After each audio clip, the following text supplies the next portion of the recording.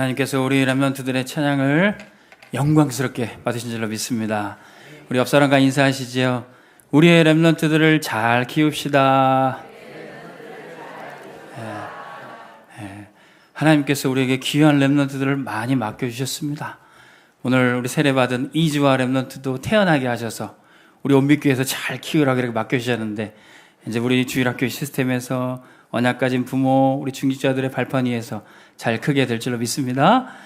우리 태영아부부터 대학 청년부에 이르는 우리 렘넌트들, 하나님 우리 온빛교회에서 말씀 받은 렘넌트들 세계복음화와 하나님 나라 위에 귀하게 쓰임받게 하여 주옵소서.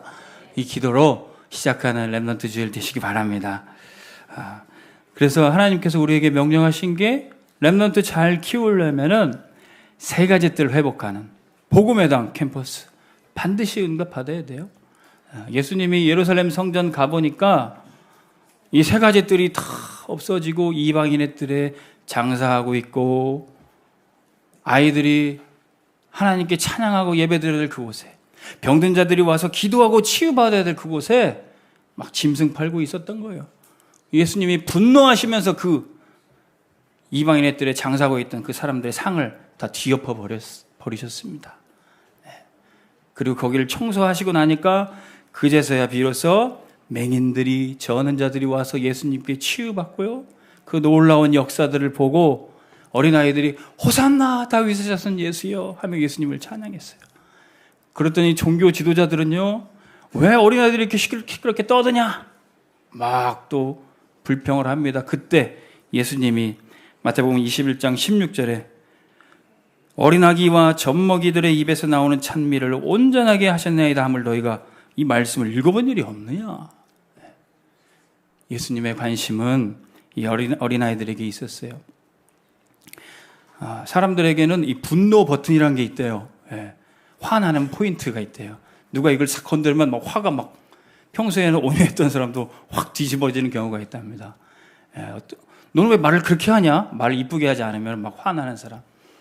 다 같이 음식 먹으려고 상처를 하는데 누가 먼저 먹어버리면 나 오기도 전에 왜 먹어? 화내는 사람, 먹는데 진심인 사람이죠.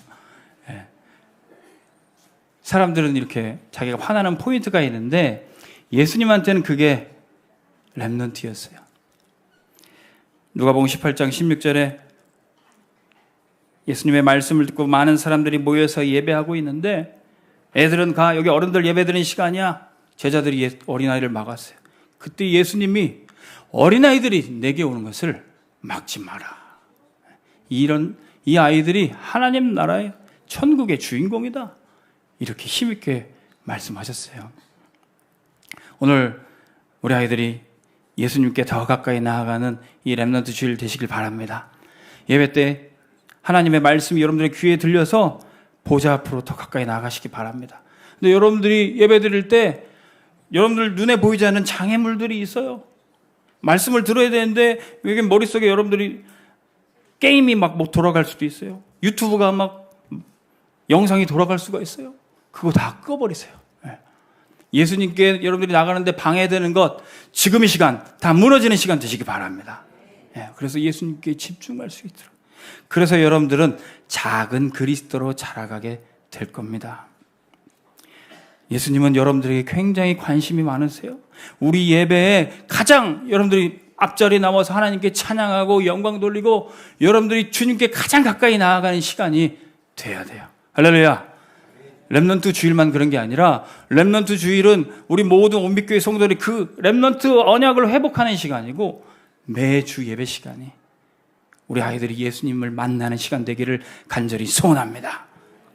예수님은 십자가의 고통을 당하시면서 그 무거운 십자가를 들고 가시면서까지 사람들에게 말씀하셨어요. 나를 위해 울지 말고 너희 자녀들을 위해서 울며 기도해라.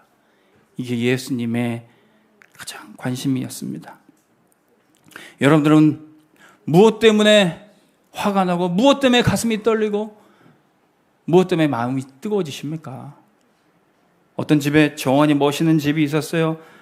그 아버지가 집에 안에 가정이 그 잔디를 잘 깎고 정원을 잘 가꿨습니다. 근데 그 집에도 저희 집처럼 아들이 3명이나 있었어요.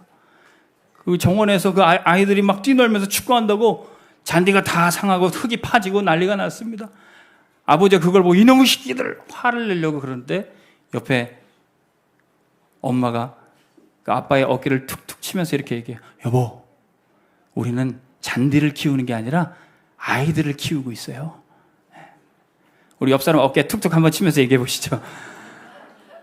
권사님, 집사님, 우리는 렘넌트를 키우고 있어요. 네. 우리가 무엇 때문에 헌신하고 무엇 때문에 복음의당 캠퍼스를 지어야 되고 무엇 때문에 우리가 살아야 되는지 이유를 정확하게 하시길 바랍니다. 우리는 렘넌트 기어 세계복음화에 쓰임받을 것입니다. 그래서 우리 힘으로 키우는 게 아니라 여러분들이 하나님이 이 아이들을 부르시고 키워가는 시간표 잘 알아야 돼요. 오늘 말씀은 그거 3가지 시간표입니다. 영적인 성인식, 사명식, 파송식. 우리 아이들은 이 시간표를 지나면서 전도자로 갈 것입니다. 첫 번째, 오직 그리스도를 집중하는 영적 성인식입니다. 유대인들은요, 이 아이들을 키우면서 남자아이는 13살이 되면 여자아이는 12살이 되면 성인식을 해줍니다. 부모와 일거 친척들 이 아이를 위해서 기도해주고 사랑하는 사람이 다 모여서 축하해 주는데 이때 중요한 하나님의 말씀 전해주고 이 아이에게 하나님이 어떤 달란트, 어떤 은사를 주셨는지 그거 확인하는 시간 갖도록 해요.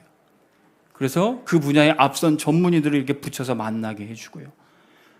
그리고 우리 뭐 돌잔치 하는 데처럼 부주금을 다 주는데 이 아이가 나중에 공부하고 사업을 하든지 쓸 수 있는 종잣돈을 마련해 줍니다. 우리는 뭐 우리 아이들에게 많은 돈을 물려줄 수는 없어요. 우리가 성공해서 전문인이 되어줄 수는 없습니다. 근데 이 아이에게, 우리 렘넌트들에게 정확한 복음, 그리스도를 심어주시길 바랍니다. 오직 예수 그리스도를 믿고 거듭난 하나님의 자녀는 반드시 성장하게 돼 있어요. 오늘 말씀 13절 보십시오. 우리가 다 하나님의 아들을 믿는 것과 아는 일에 하나가 되어 온전한 사람을 이루어 그리스도의 장성한 분량이 충만한 데까지 이르리니. 하나님의 아들 예수님을 믿으면요, 온전한 하나님의 자녀로 태어나게 됩니다. 그리고 태어난 아이는 반드시 장성하게 자라야지 그게 건강한 거예요. 나 어린아이처럼 그대로 있을 거야. 제가 막둥이가 귀여우니까 얘 작은 것처럼 계속 이렇게 예쁘게 귀여웠으면 좋겠다. 그러면 안 되죠. 이 아이가 계속 자라고 성장해야 되죠. 근데 사람들이 이 영적인 비밀을 알지 못합니다. 그저 세상의 육신적인 성장, 성공, 그것만 바라보고 살아요. 우리가 자녀들을 키우면서 얘가 공부 잘해야 되고 성공해야 되고 부자 돼야 되고 잘 살아야 된다. 물론 좋죠. 근데 이 아이에게 영적인 비밀이, 축복이 먼저 누려져야 돼요. 유대인의 종교 지도자, 또 성경 박사인 니고데모가 밤중에 예수님께 찾아왔어요. 밤중에 사람들의 시선 의식해서 몰래 왔지만 예수님께 어떤 말씀을 듣기를 사모해서 왔어요. 근데 대뜸 이 사람을 보고 예수님이 말씀하십니다. 당신이 거듭나지 아니하면, 다시 태어나지 아니하면 하나님 나라 들어갈 수 없다. 성경 박사고요, 가르치는 교사입니다. 근데 예수님이 이 말씀하시는 거예요. 그랬더니 이 사람이 예수님께 반문합니다. 아니, 내가 어떻게 다시 태어납니까? 엄마 뱃속으로 다시 들어갑니까? 그 정도로 영적인 지식이 없었어요. 세상 지식, 성공의 자리는 있다 할지라도 영적인 거는 하나도 몰랐어요. 주님 말씀하십니다. 당신이 물과 성령으로 거듭나야지만, 하나님의 자녀가 되어야지만 천국 축복을 누릴 수 있습니다. 우리 아이들이 이 영적인 비밀부터 누려야 돼요. 세상 성공하기 전에, 세상 지식 갖기 전에 영적인 지식 알고 하나님의 자녀 축복 누려야 되는 것입니다. 어떻게 이 축복 누립니까? 요한복음 1장 12절, 영접하는 자 곧 그 이름 예수 그리스도를 믿고 영접하는 자에게 하나님의 자녀가 되는 권세를 주셨으니. 할렐루야. 우리 아이들이 계속 어릴 때부터 이 복음 각인돼야 돼요. 나는 예수 그리스도를 믿고 구원받은 하나님의 자녀다. 한번 따라해 보세요. 우리 렘넌트들 따라해 보시기 바랍니다. 예수는 그리스도, 나는 하나님의 자녀. 이거 평생 각인해야 돼요. 영어 단어 외우기 전에 이것부터 여러분들이 묵상해야 돼요. 오늘 우리 이주아 렘넌트가 세례를 받았습니다. 예수님을 믿고 구원받은 하나님 자녀는 이 세례 다 받아요. 세례받아서 구원받는 게 아니라 구원받고 세례받습니다. 예수님도 이 세례를 받으셨어요.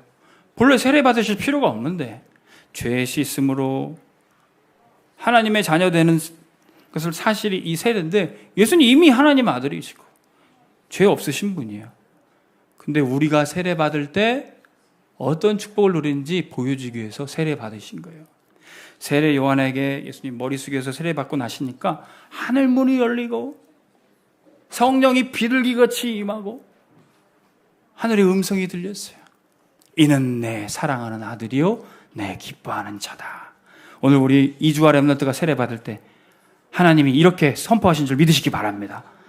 이주와 렘넌트는 내 사랑하는 딸이요 내 기뻐하는 자다. 오늘 예배 드릴 때 우리 렘넌트들에게 하나님 말씀하십니다. 너희는 내 사랑하는 자이네요 내 기뻐하는 자로다. 할렐루야. 예배 때 우리가 이 음성을 날마다 들을 수 있어요. 이렇게 거듭나고 하나님의 자녀가 태어나면은 그냥 내버려두면 안 됩니다. 우리 주아도 젖을 먹고 잘 자라게 됐죠. 하나님의 자녀도 베드로전서 2장 2절에 보니까 신령한 젖을 사모하라. 인 그로 말미암아 너희로 구원에 이르도록 자라게 하려 함이라. 여러분, 젖이 얼마나 능력이 있는지요? 저도 아들 셋 키우면서 집사람한테 젖 물려놓고 보니까 다음날 보니까 이렇게 커있고 이렇게 커있고 이렇게 커있는 거. 얼마 안 되는 그 젖 먹어서 얘가 뭐 갈비를 뜯은 게 아니에요. 젖만 먹었는데 이렇게 자라는 거예요.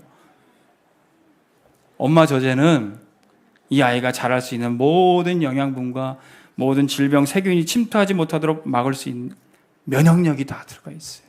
DNA가 들어가 있어요. 하나님의 말씀이 우리 렘넌트들에게 들어갈 때 세상의 어떤 흑암의 공격도 막아낼 수 있는 능력이 되는 줄 믿으시기 바랍니다. 이 아이가 이제 성장하는 하나님의 말씀이 되는 거예요. 그러면 두 번째, 우리 렘넌트는 세상에 나가서도 속지 않고 사랑 안에서 예수님처럼 자라가게 됩니다. 14, 15절 보세요. 이는 우리가 이제부터 어린아이가 되지 아니하여 사람의 속임수와 간사한 유혹에 빠져 온갖 교훈의 풍조에 밀려 요동하지 않게 하려 함이라. 오직 사랑 안에서 참된 것을 하여 범사에 그에게까지 자랄지니 그는 머리 곧 그리스도라. 예수 그리스도에게까지 자라가는, 예수님처럼 자라가는데 세상에 속으면 안 돼요. 세상의 유혹과 속임수 빠지면 안 됩니다. 어린아이 같이 되면 안 됩니다. 이제 어린아이 티를 벗어나서 성장해야 되는 거예요. 아니, 목사님, 성경에 보면 예수님이 어린아이 같이 되지 않으면 천국에 들어갈 수 없다고 했는데요. 그렇습니다. 마태복음 18장 2절 4절에 보니까 예수님이 어린아이를 불러 세워서 사람들에게, 어른들에게 말씀하셨어요. 여러분들이 어린아이 같이 되지 않으면 결단코 천국에 들어가지 못합니다. 이 어린아이 같은 자가 천국에서 가장 큰 자입니다. 자기를 낮추기 때문에.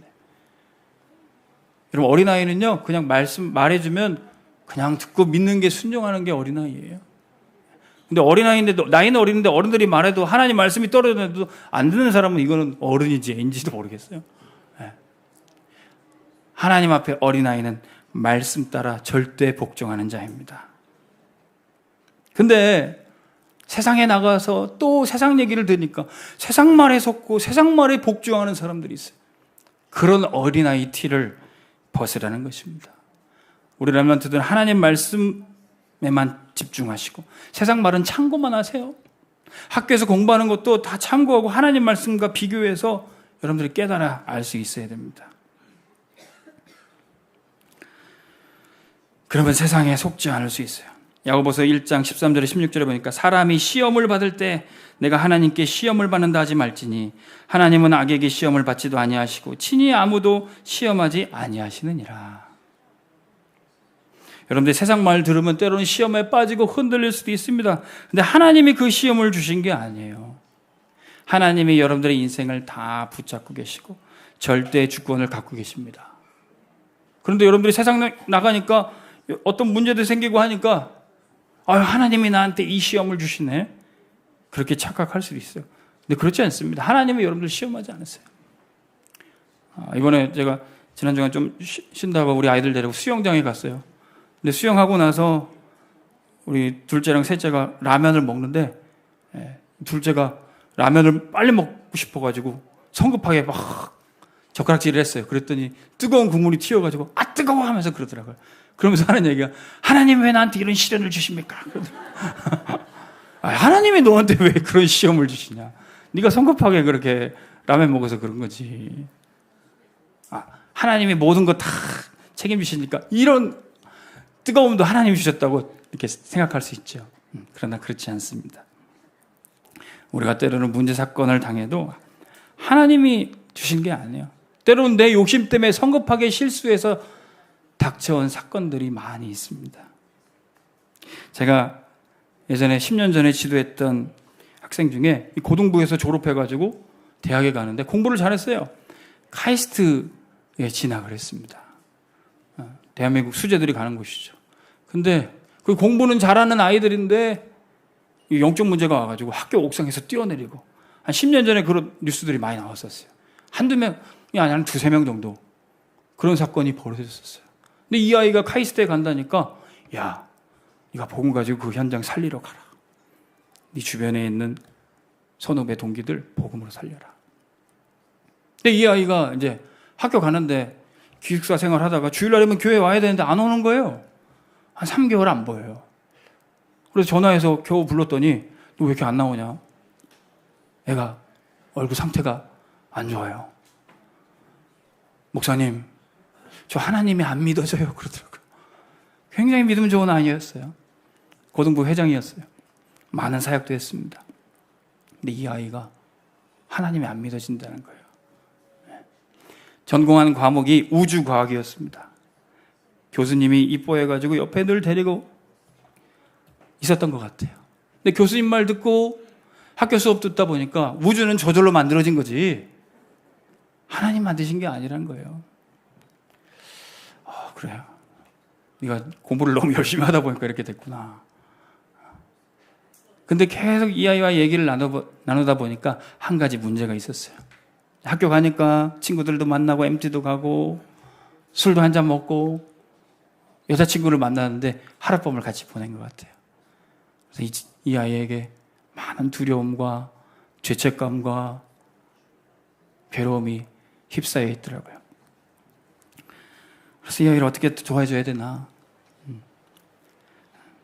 네가 지금 실수해서 이렇게 잘못도 하고 마음에 가책도 느끼지만 예수님은 지금 네 현재의 문제도 앞으로 네가 실수할 장래의 문제도 다 해결해 주셨어요.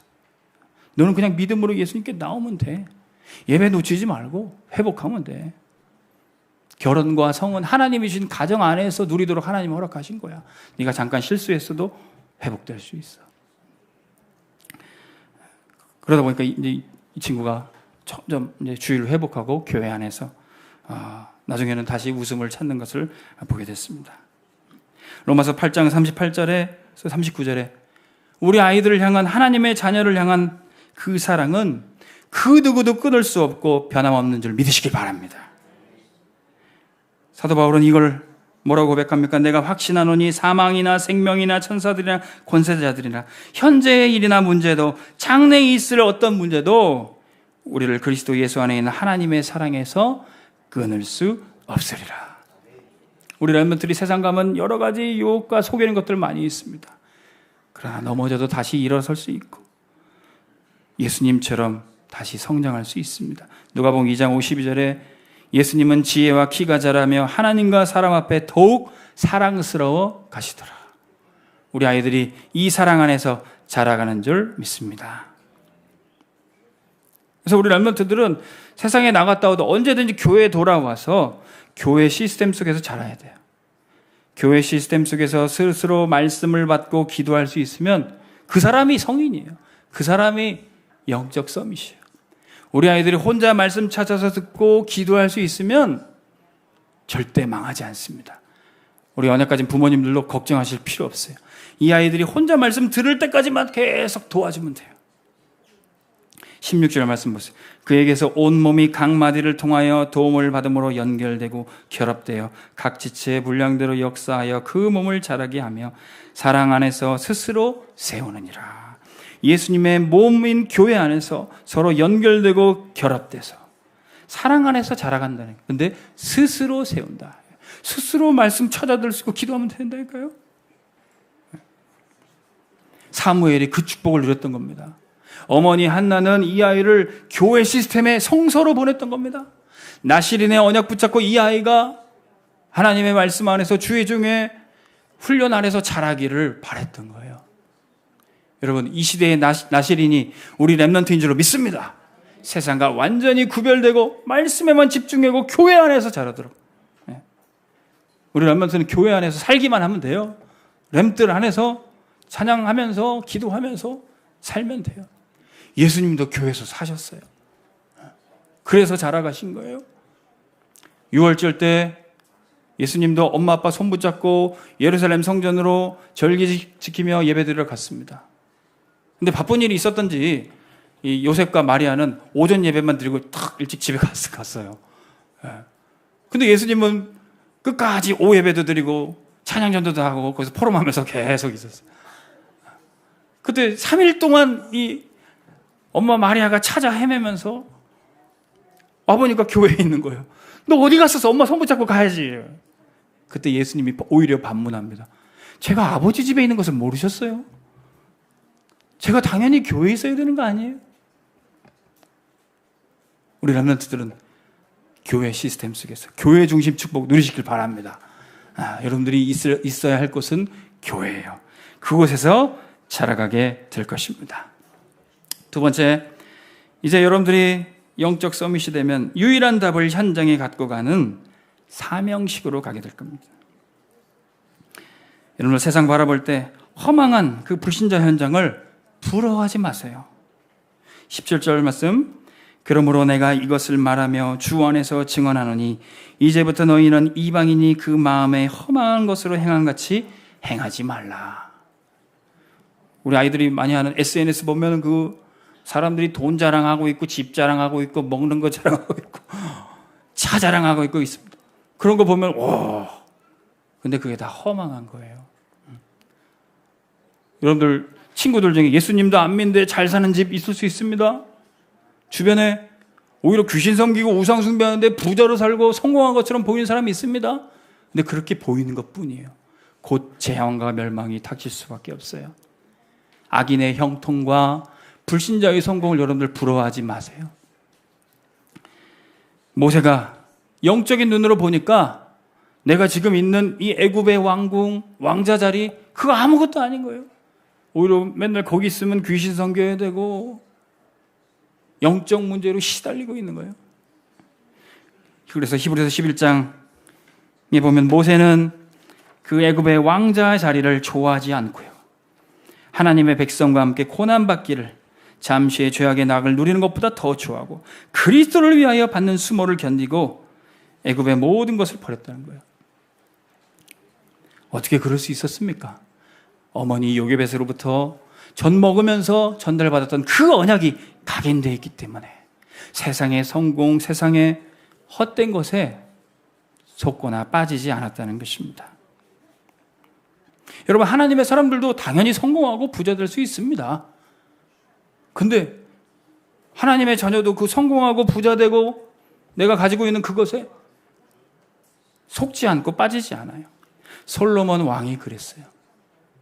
나는 성공한 왕이다, 지혜롭고 훌륭했던 사람이다, 그걸 자랑하지 않고 전도서 12장 8절에 보니까 나는 전도자다. 자신이 왕인 것을 자랑하지 않고 전도자인 것을 자랑했어요.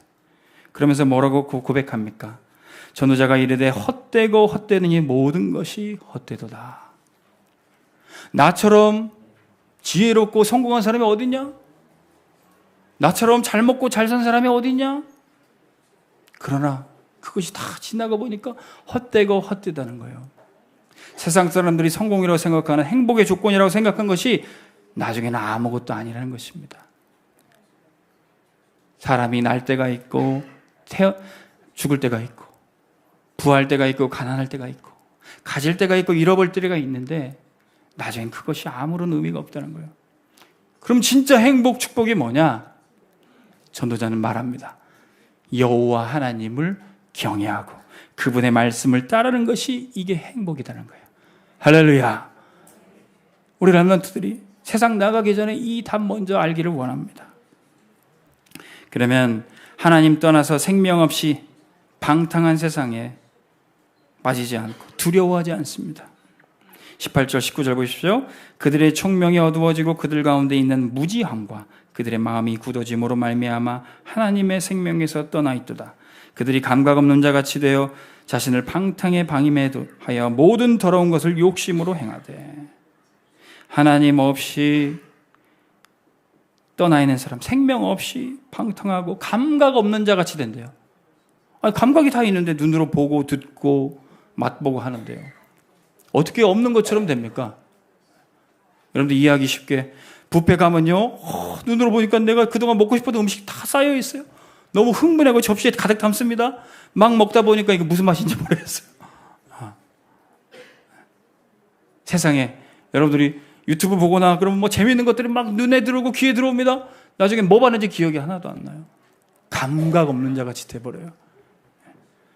그러다 나중에는 네피림같이 멍해집니다. 세상에 나가면 여러 가지 자극들이 여러분들에게 눈과 귀로 쏟아져 들어옵니다. 그럼 멍해져요.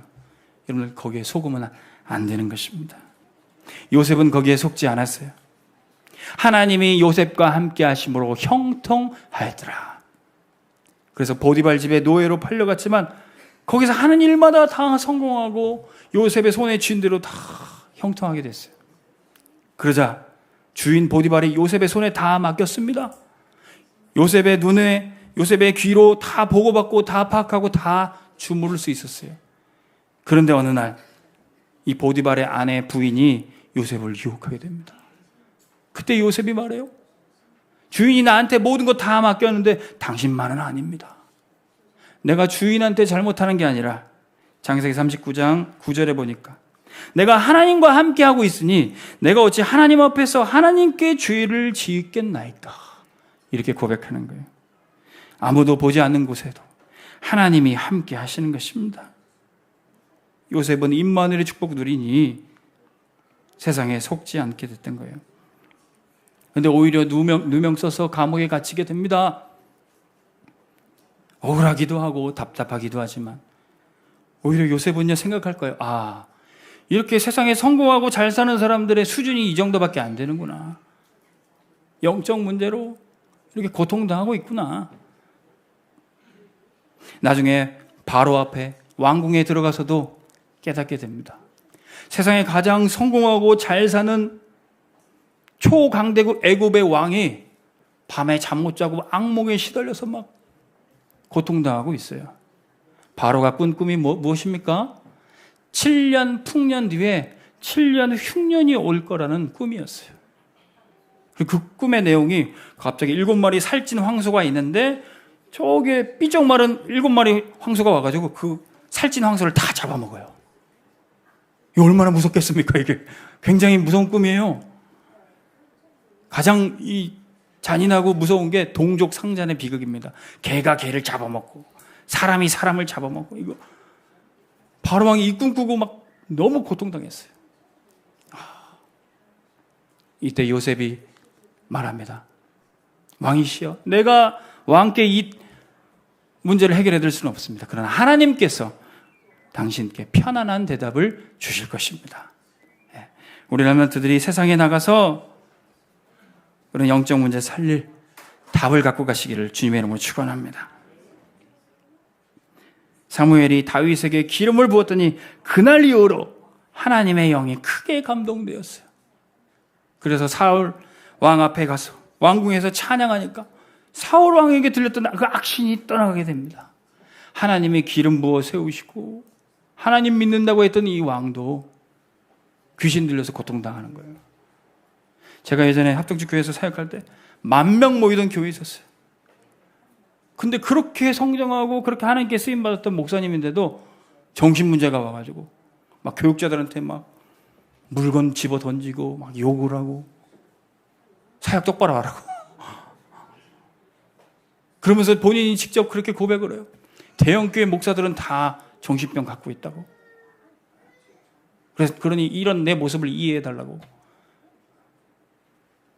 하나님의 일을 한다고 하면서도요, 복음 못 누리니까 영적 문제로, 정신 문제로 시달린 사람들 많이 있어요. 우리 렘넌트들이 간 학교에 어떤 교수님들, 여러분들을 잘 가르쳐주는 교수님인데도 불구하고 영적 문제에 시달리는 분이 있을 거예요. 여러분들이 일하는 직장에 사장님이, 회장님이 이런 문제 가질 수도 있어요. 목사님이 군대 가보니까 군대 별단 장군님인데 이런 문제에 시달리고 있더라고요. 사무실에 가보니까 부적 붙여놓고 있어요. 밤에 잠을 못 자가지고 다크서클이 이렇게 내려가 있어요. 근데 이분이 교회가 하는 일을 다 방해하고 괴롭히는 일을 하시더라고요. 만나면서 면담하면서 속으로 흑암 꺾었어요. 여러분들이 가는 곳에 영적 문제로 시달리는 분이 있습니다.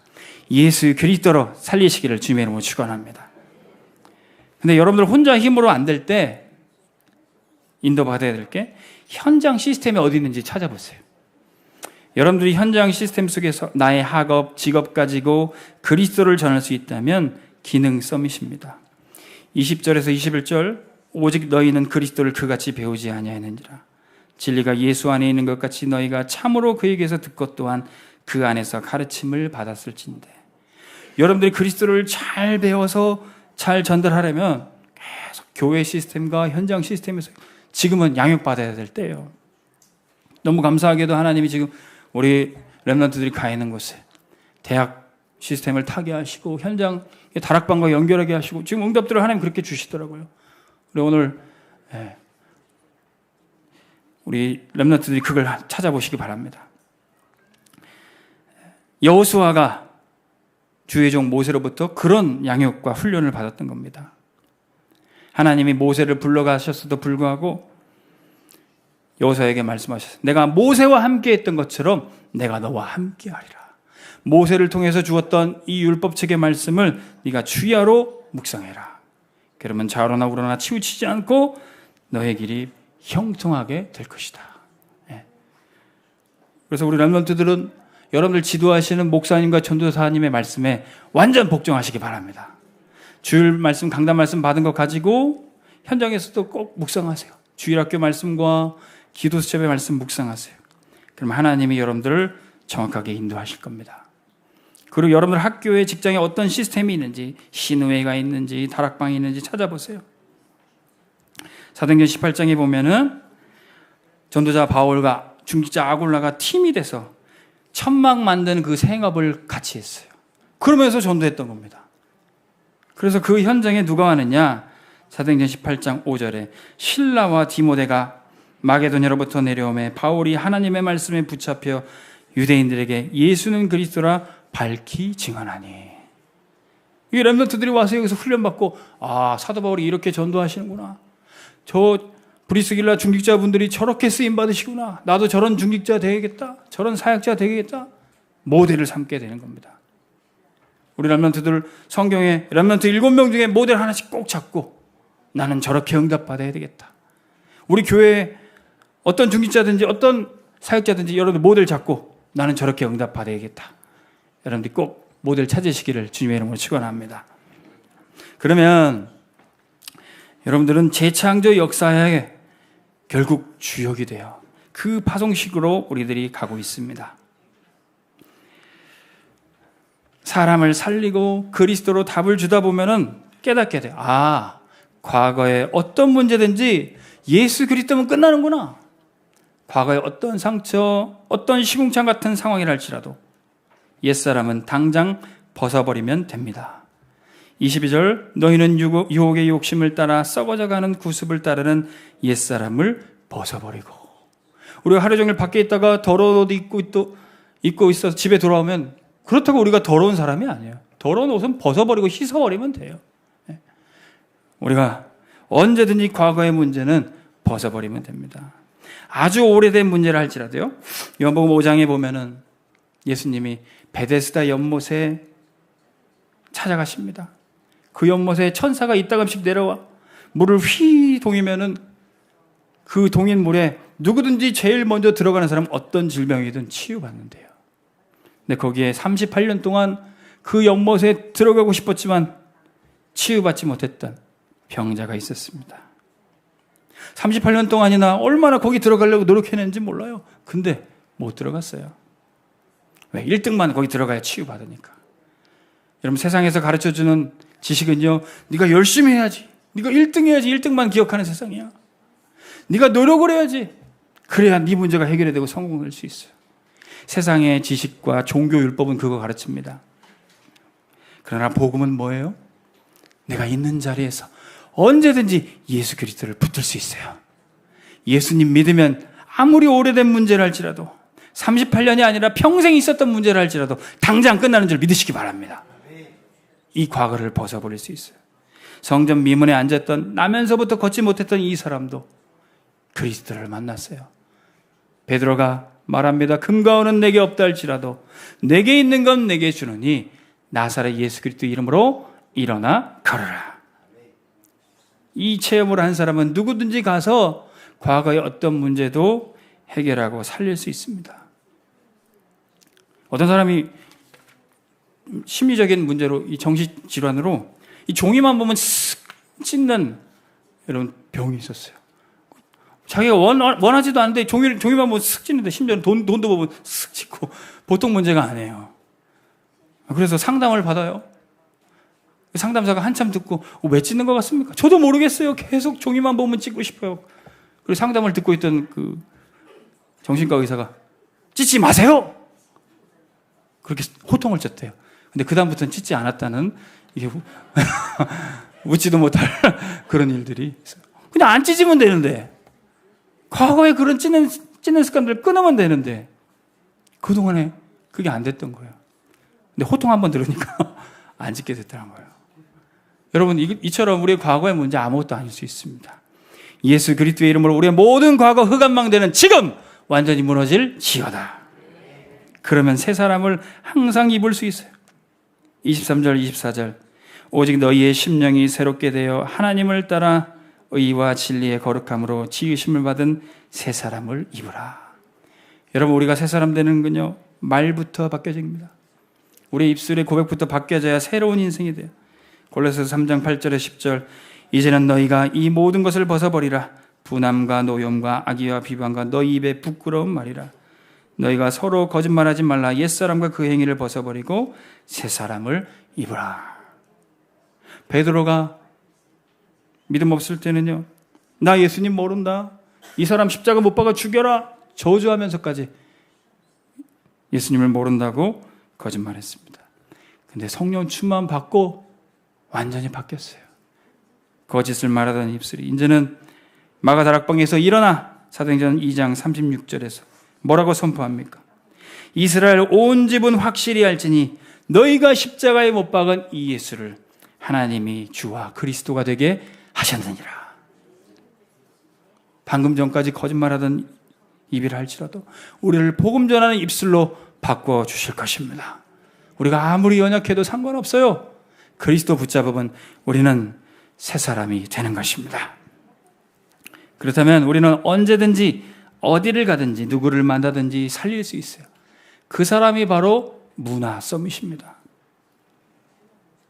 바울 역시 전에는 복음의 핍박자요, 예수님을 욕하던 사람이었습니다. 근데 이 사람이 변화되니까 그의 영적인 아들 디모데를 렘넌트로 어떻게 양육합니까? 너는 말씀을 전파해라. 디모데후서 4장 2절에 때를 얻든지 못 얻든지 항상 힘써라. 여러분, 전도하는 때는 정해진 게 아니에요. 전도하기 좋은 때가 있는 게 아닙니다. 더울 때도, 어떤 분들이 캠프 하니까 더우니까 캠프 못하겠다. 찬양 전도할 때 추우니까 못하겠다. 아니요, 좋은 때는 없어요. 추울 때도 전도해야 되고, 더울 때도, 오늘같이 비 올 때도 전도해야 됩니다. 때를 얻든지 못 얻든지 항상 누구든지 살릴 수 있는 게 전도자예요. 바울이 어떻게 이 축복을 받았습니까? 그도 그런 배려와 그런 양육을 받았기 때문에 그래요. 핍박자 사울을 복음 전해주고 양육했던 아나니아, 그도 처음에는 바울 만나기를 두려워했습니다. 그러나 사도행전 9장에 주님이 말씀하셨어요. 이는 이방인들과 임금들과 이스라엘 자손들에게 전하기 위한 택한 나의 그릇이다. 주님, 이 사람은 핍박자인데요, 권세를 가지고 예수 믿는 사람 잡아 죽일 수 있는데요. 그러나 사람들의 평판과 상황과 상관없이 주님의 명령에 살리러 가게 되는 거예요. 우리 주변에 그런 분들이 분명히 있습니다. 예배된 사람들, 우리 렘넌트들 주변에 아무리 이상한 사람이랄지라도 여러분 만나면 다 살아나게 될 줄로 믿습니다. 현장에 그리스도 하나 없어서 사람들이 죽어가는 거예요. 그런데 작은 그리스도인 우리 렘넌트와 전도자들이 갈 때 다 살아나게 돼 있습니다. 우리의 상황이 비록 평탄하지 않고 녹록지 않아도요, 우리와 함께한 자들을 다 살릴 수 있습니다. 사도행전 27장에 바울은 유라굴라 강풍을 만나고 나조차도 생명을 부지할 수 없는 그런 상황을 맞닥뜨리기도 합니다. 근데 주님이 말씀하셔, 바울아 두려워하지 말라. 네가 가이사 앞에 서야 하겠고 너와 함께 항해하는 자들을 다 내게 주셨다. 네가 살릴 것이다. 여러분, 렘넌트 키우면서 경제가 부족하고 또 상황이 안 좋고 또 이 아이를 우리가 어떻게 훈련시키나 염려가 될 수도 있습니다. 그러나 걱정하지 마십시오. 하나님 우리에게 맡겨주신 렘넌트 잘 키우고 우리에게 보내주신 다민족들 전도자로 다 세울 줄로 믿습니다. 두려워하지 마시고 믿음으로 전진하시길 바랍니다. 결론, 우리 렘넌트 자체가 바로 망대입니다. 이 한 사람 한 사람이 작은 그리스도로 현장에 서게 될 것입니다. 우리 렘넌트들은 예수님처럼 자라가는 작은 그리스도입니다. 예수님처럼 세상에 보내질 것입니다. 그래서 예수님처럼 세상 살리는 작은 그리스도로 쓰실 줄 믿습니다. 우리 이 시간 찬양하시면서 기도하실 때 오늘 예수님이 우리 가운데, 회중 가운데 어린아이들을 세우시고 이들이 천국의 주인공이다 말씀하셨던 것처럼 우리도 렘넌트를 이렇게 세워서 오늘 축복하며 기도하기를 원합니다. 찬양하기 원합니다. 내가 렘넌트다 싶은 렘넌트는 그 자리에서 일어서시기 바랍니다. 난 렘넌트 아니다 싶으면 앉아 계세요. 렘넌트로서 축복받고 싶다 그러면 일어나세요. 양례로 렘넌트가 제일 먼저 일어나는데, 우리 이 렘넌트를 향하여서 우리 렘넌트 다 일어서세요. 렘넌트를 향해서 축복의 손길 펼치면서 이 찬양하고 기도하겠습니다.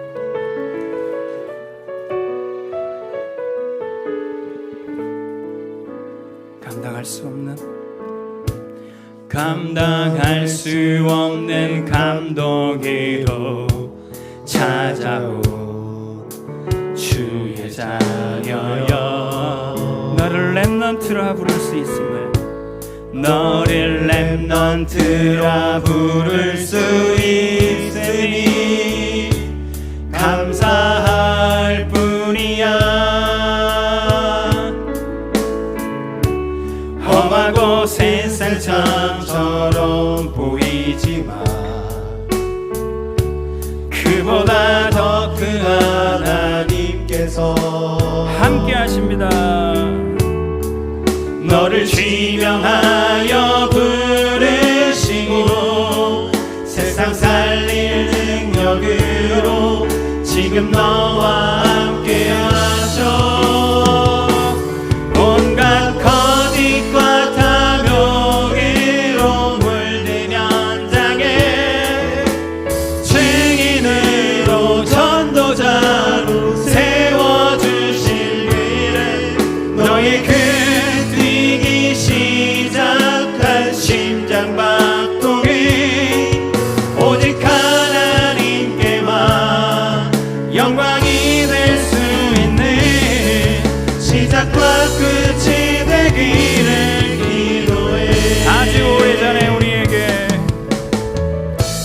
아주 오래전에 우리에게 허락된 소중한 만남, 너는 렘넌트로 이 시대 살리는 축복된 전도자. 복음의 깊은 뿌리가 내려지고, 복음의 깊은 뿌리가 내려지고 언약의 전달자로 나아가. 그래 저기 그고 황폐